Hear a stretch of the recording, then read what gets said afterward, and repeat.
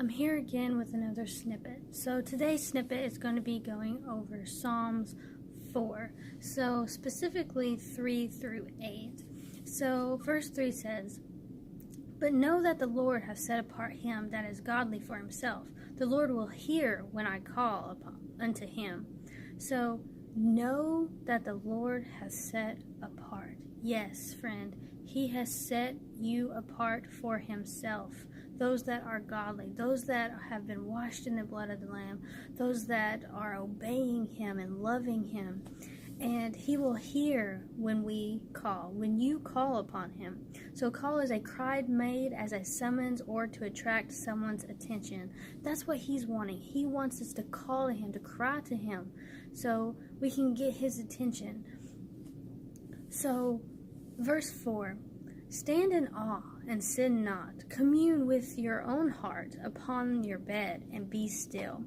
So stand in awe and sin not. So he's saying in Psalms, if you are standing in awe of God, and if you're doing that, you're likely not going to sin. If your eyes are upon God, you're focused on him and not your sin.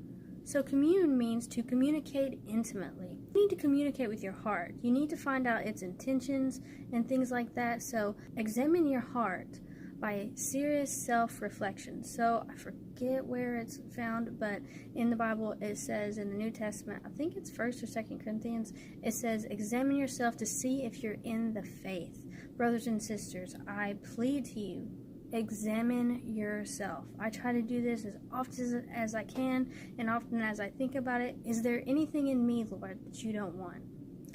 And so you can understand what is amiss in your heart that God wants to correct, that God wants you to bring him closer to him, right? So and it says, "And be still."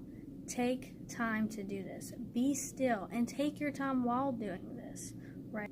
So verse 5, "Offer the sacrifices of righteousness and put your trust in the Lord."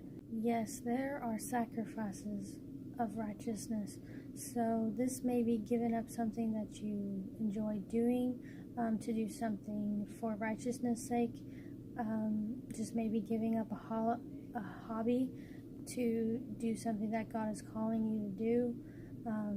It could be even just persecution for righteousness' sake. It could be loneliness because you are wanting to live godly and you cannot find a community yet to help you and encourage you with that. Oppression, you're going to be oppressed by the enemy. There's different things with all of that. And it says, "And put your trust in the Lord." Trust God. He's going to be there. He never forsakes us. He's going to be there for you, lifting you up, encouraging you, and sending people to help you. So verse 7, "Thou hast put gladness in my heart." Now this spoke wonders to me. He does this every day when I commune with him. He puts gladness there. He puts happiness there. He puts joy there. And only he can do that. Only he can fulfill you in that way. So I encourage you today, trust in the Lord with all your heart, with all your mind, with all your strength, because he will sustain you. He will fulfill those places in your heart that nothing and nobody can fill. And it says in verse 8, "I will both lay me down in peace and sleep, for thou, Lord, only makest me to dwell in safety."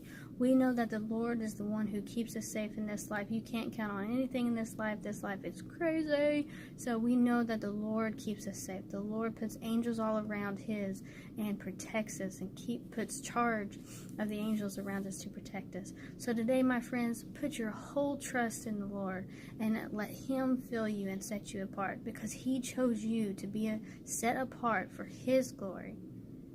Be blessed.